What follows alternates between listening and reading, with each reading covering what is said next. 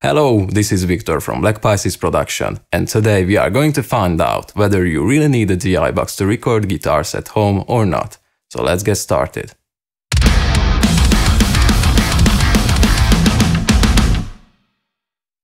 So what is a DI box? A DI box is a small unit that takes one jack input or line input and converts it into an XLR output. You can use it to record guitars, bass, or instruments that only have line outputs. Some interfaces do have a high Z, high impedance, or line inputs. And today we are going to find out which one to use.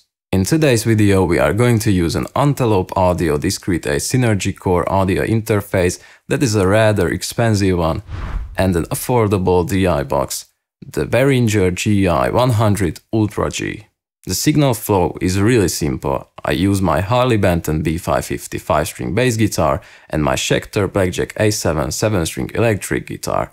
These guitars were plugged into the DI box and the DI box was connected with my audio interface. The input mode of the audio interface was set to preamp, so I used the preamp of my audio interface to record this signal. I used the direct link or through output of the DI box to record the direct signal from the guitars, and I set the interface's input mode to high Z. For the guitar tones, I used the THU full plugin with OwnHammer impulse responses.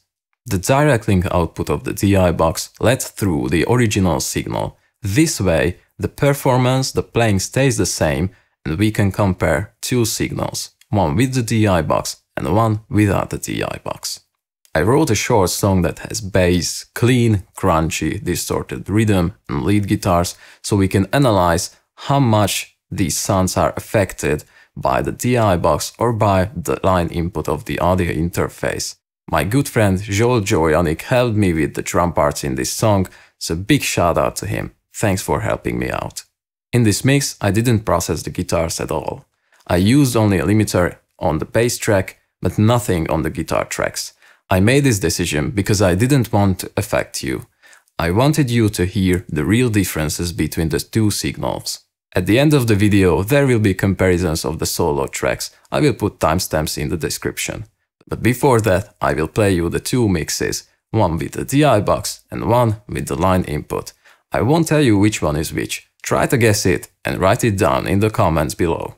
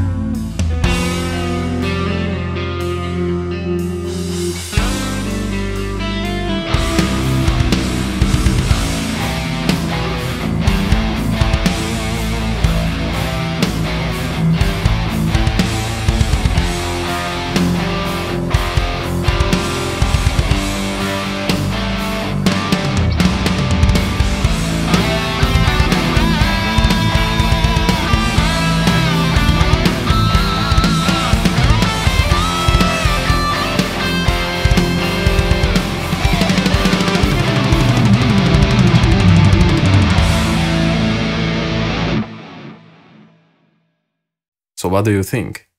Mix A was recorded with the high impedance input of my audio interface, and Mix B was recorded with the DI box. Did you guess it right? My opinion is that there is not much of a difference between the two signals, and that the sonic qualities are almost identical. I really couldn't pick one that's better. So what does it mean? Do we need a DI box to record guitars? Well, yes and no. It really depends on your situation. Let me explain. If you have a great audio interface that has line or high impedance inputs, then you most likely won't need a DI box to record guitars at home.